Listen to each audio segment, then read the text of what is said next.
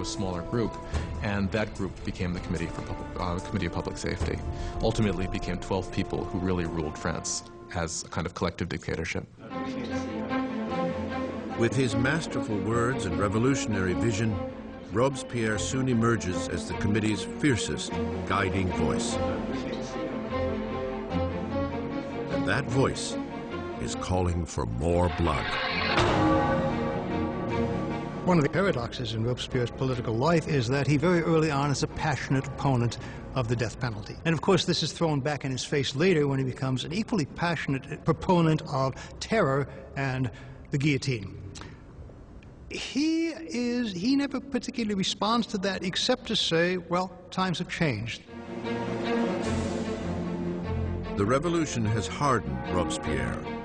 Once an impassioned supporter of a free press, he now reinstates censorship, a vestige of the old regime.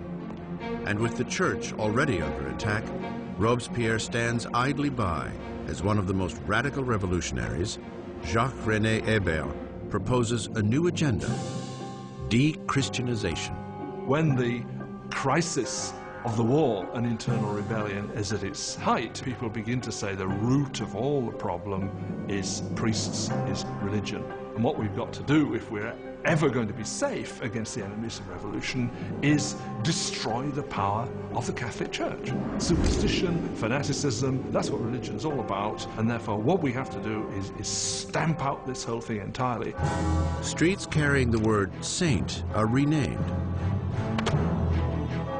Religious icons are destroyed and replaced with tributes to the new saint, Marat. The church came to seem simply the enemy to the radical revolutionaries. Churches and cathedrals are simply stripped of their altars. Stained glass is smashed, statues are smashed. The wealth of the churches is simply carted off. Of course, for European opinion, this was something even more shocking than the death of the king. Not even the Christian calendar is spared. Years are numbered no longer from the birth of Christ, but from September 1792, the overthrow of the monarchy. It is now year 1. Months are renamed according to the seasons. July becomes Thermidor, April, Floreal. Months are broken into 3 weeks of 10 days each. The revolutionary calendar was certainly designed as a kind of weapon against Christianity, against Christian belief. Of course, by having a 10-day week, you'd no longer have Sundays, so people wouldn't even know what day Sunday was anymore. That's what they hoped. The terror spreads across France. Insurrections are put down with a vicious, unrelenting cruelty. In the city of Lyon, where counter-revolutionaries are gaining ground, the Committee of Public Safety sets a brutal example. Hundreds of rebels are tied up, marched into fields, and mowed down en masse.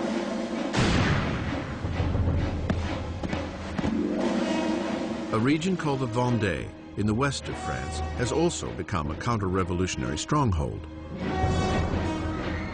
Rebels and priests are tied together and packed onto boats that are then mercilessly sunk. Up to 100,000 people are killed in the Vendée alone. In Paris, the blade falls at an ever more frantic pace.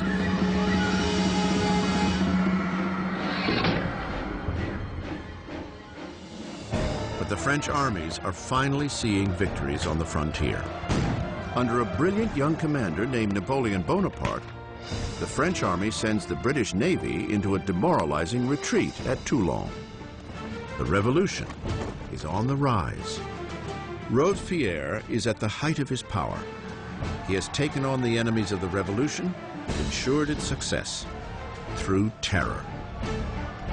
For a time, the terror was very effective as a means of getting the country together, getting the government together, and fighting what was, after all, a war on several fronts. On the Eastern Front and on the Northern Front against external enemies, also a civil war in the Vendée, which was the bloodiest of all, also a civil war against the supporters of the Gironde and other revolutionaries who had turned against the government in Paris. The terror has achieved its goals, but it does not stop, and it will not stop until it devours the very man who unleashed it, Maximilien Robespierre.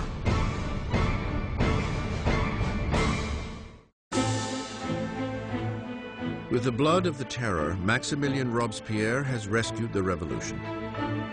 An invigorated army is repelling attacks at the border, and internal dissent has been all but quashed. At the height of his success, Robespierre dreams up a loftier goal yet: to use more terror to mold a new kind of society, a republic of virtue. By virtue, he means civic virtue. It's an active principle for Robespierre. For example, you cannot be a virtuous citizen by simply obeying the laws and keeping your head down. You must actively be involved in the work of the state, and that includes for Robespierre destroying the enemies of the state. On February 5th, 1794, Robespierre gives a speech outlining his philosophy. Terror without virtue is disastrous, but virtue without terror is powerless. He associates terror with virtue. Terror at that moment becomes in his thinking an instrument by which you create virtue. But others disagree. For Danton, the revolution is heading down the wrong path. He and his followers, the Dantonists, believe it is time to bring the terror to a halt. It has served its purpose and is in danger of feeding the revolutionaries into their own fire. By the spring of 1794, things are beginning to go better. The food situation is no longer so bad, and the war effort is going better, and Danton is basically saying we need to get a new footing for the government. We need to move to a kind of normalization. Robespierre believes it's too soon. Danton will start organizing a group to argue that we should end the terror. Robespierre will see this as a direct threat to the government. He will not see it as just a difference of opinion about the direction of policy. He will see it as potential treason. And in Robespierre's Republic of Virtue, there is only one response to treason. The Dantonists are rounded up and quickly sentenced to death. Robespierre has sent thousands to the scaffold, but is uneasy with the blood of execution. He will not attend the beheadings of his former friends and allies. As he steps up to the blade, Danton shouts, "My only regret is that I'm going before that rat, Robespierre."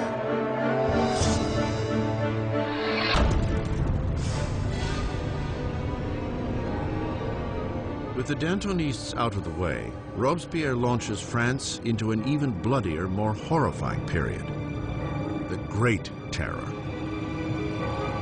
The Great Terror is the name given to the last phase of the terror in the spring of 1794 into the summer of 1794. It's the period at which the tempo of executions really starts to increase, at which the atmosphere of paranoia, particularly in Paris, but really across the country, starts to increase exponentially.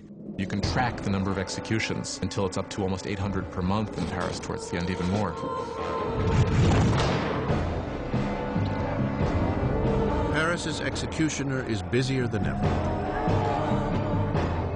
But on June 6, 1794, the roll of the carts comes to a halt. The guillotine hangs silent. Robespierre has declared a new religious holiday, the festival of the Supreme Being. He wants to replace the old Catholic god with a new one, the goddess of reason. One thing about Robespierre is that he never supported these atheist policies. He believed that people needed a divinity to believe in. And he helped sponsor this cult that was called the Cult of the Supreme Being, with this extraordinary tableau in Paris in, I believe it was June of 1794, which had choirs of people dressed in white singing. You had this kind of papier-mâché mountain that was built in the center of Paris. And then at the critical moment of the ceremony, you had Robespierre himself sort of emerging on the top of this mountain, clad in a toga, and marching down. And I think at this moment, a lot of people felt, all right, who does he really think he is? Does he think he's God here? Does he think he's the king? As the Great Terror spirals on, Robespierre's colleagues see the festival of the Supreme Being as his departure from the realm of reality. There are those who think that Robespierre really has reached so extreme and so unreasonable a position that he can't turn back, that his fanaticism has somehow overtaken him. And there are those who think he's just gone nuts.